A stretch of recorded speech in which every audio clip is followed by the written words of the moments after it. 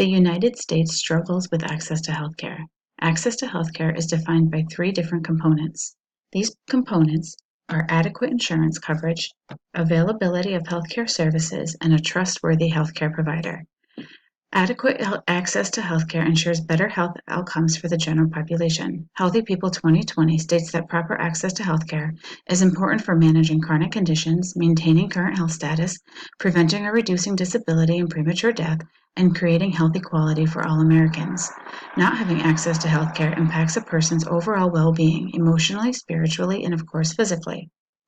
Access to healthcare has deteriorated in the last 5 years. Even with government spending on healthcare increasing by $491 billion, the American population is still struggling with enough coverage to meet their healthcare needs. As of 2011-2012, 21% of American adults remained uninsured, and 10% of American children lack health insurance.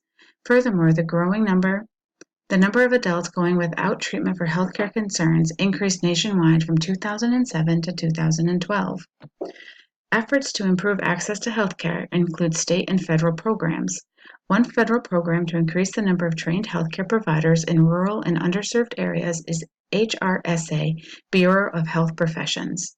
This program offers grants and funding to support the education and additional training of healthcare professionals.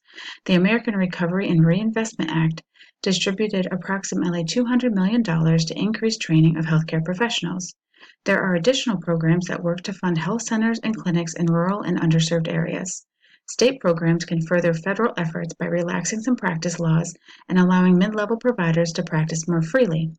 Less trained doctorate-level providers and more individuals practicing at the nurse practitioner, physician assistant level can help reduce costs. Barriers to these federal and state programs include physician and nursing shortages. Recruiting individuals to work in rural areas has been difficult. There also remains a shortage in the number of qualified practitioners to educate the incoming providers. The American Academy of Medical Colleges estimates that over the next decade, the physician shortage will increase by up to approximately 120,000. These numbers stem from the reduction in those attending medical school and the number of physicians reaching retirement age. Nurses are facing shortages of around the same amount. The aging baby boomers are reaching retirement, and schools are struggling to increase class size and resources to meet the needs of an aging population. Quality of access to healthcare is met through reviewing the number of individuals that have health insurance, the number of facilities that provide services, the cost of healthcare, and the number of individuals that are accessing care at available facilities. Measuring the outcomes or success of these quality indicators comes through looking at the overall health of our population. Research on quality indicators for healthcare access looks at the race and ethnicity when determining if a population has better access to healthcare. Poverty levels are examined when determining cost of healthcare services, whether they are insurance or out-of-pocket expenses. We have already looked at the health policies that it can improve the healthcare policy. Federal and state programs are attempting to provide more funding for increasing the number of healthcare providers. The lack of health insurance for individuals remains the biggest concern. The Affordable Care Act has attempted to increase the number of insured adults and therefore increasing the number of seeking healthcare providers. Medicaid and Medicare, originally created in 1965, provide health insurance coverage to the impoverished, disabled, and aging populations. The problems increase when looking at the number of organizations that participate with Medicare and Medicaid or private insurance offered through the marketplace.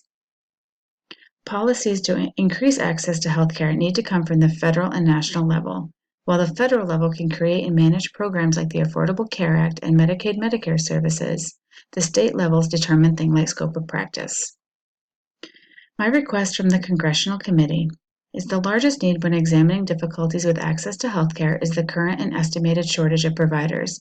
Even if we as a nation could give all Americans health insurance and create enough facilities to care for them, without providers we would still struggle.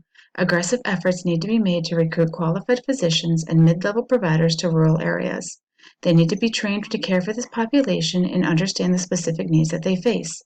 Federal policies should be made to increase loan forgiveness to providers agreeing to work in underserved areas. If healthcare providers are paying the same for their education, but only a few are willing to work in a rural setting where they will be reimbursed less for the care they provide, they should be able to have their education subsidized by a federal program. We also as a nation need to regulate scope of practice. Currently, this is determined at the state level. If we create one nationally specific policy regarding scope of practice of mid-level providers, we can reduce the number of physicians that are required in an area. This will reduce healthcare costs as mid-level providers pay less for their education and receive a reduced salary when compared to a